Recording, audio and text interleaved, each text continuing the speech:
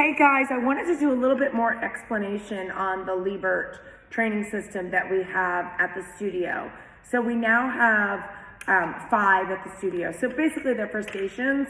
We did use them today for a class for a little bit just to kind of acclimate to them. But basically you can change the tubes. So if I was using this in a station, so I'm really thinking these for stations because they're so quick and so portable, and we can adjust the weight by having the different bands on them. But you just put the band on, okay? You just open this guy up and slide the band in. And I want to show you kind of some things that I picked up on today. Again, I haven't had a lot of experience with them myself. So ideally, you're not hanging on to this band, okay? You can, but ideally you're not. Ideally, you're just hanging on to the foam pads. So if I wanted to do, say, a row with this, I want to just have the band on my feet, okay? So the band's on my feet, and then I want to just have the bar in my hands. So the foam pads are awesome, and they go all, except for the middle. So if you're doing a closed grip, you wouldn't have the foam pads, but if you were doing a normal grip or a wider grip, you have the foam pads. Okay, so this would be an amazing move for an upright row. Okay, this might be a little too hard for me, but just rowing to your chest. So an upright row is to your nipple line. Okay, a high row or a high pull would be all the way up. This is pretty hard for me to do with that. But again, with the bands, guys, I can just adjust my feet. So say it is too hard for me to do the high pull, then I make a more narrow stance, and I'm doing the high pull.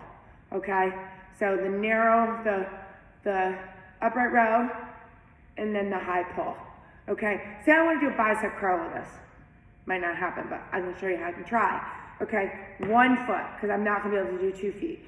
I flip my grip, okay, and now I'm curling and I'm releasing. I want to get good posture, of course, shoulders back, chest lifted. I'm curling and I'm releasing.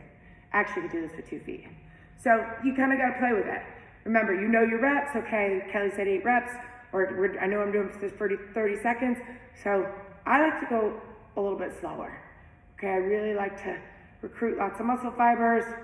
Most of my training is done pretty slow, really exhaling on the exertion and going back down.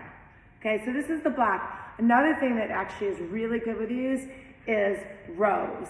Okay, so we're nice and tall. Our handles, our weights are resting on our quadriceps. Then we hinge. Okay, I'm using my mirrors to check out my form, make sure my back is straight, and then I'm pulling up. Okay, so I'm pulling, just rowing up. When I try to look at the camera, I get back form. So I'm rowing up. And say I want to be harder, I would just widen my stance a little bit. I'm really feeling those. So those are just a few of the exercises. You know, we're still playing with it and figuring out kind of what works, but you'll see these in stations, and there's red and yellow bands as well. So you can change them. I think what we might do is just keep these on, and then that way we have them ready to go and use them for some of the bigger muscle groups. This would be great for a deadlift. We did the deadlifts today. We kind of didn't, we weren't really prepared, but you could do the deadlift here, okay? And you could also do the deadlift here, like a good morning, okay? So you're hinging and you're driving. This is actually really, really good. We just held it in front of us today.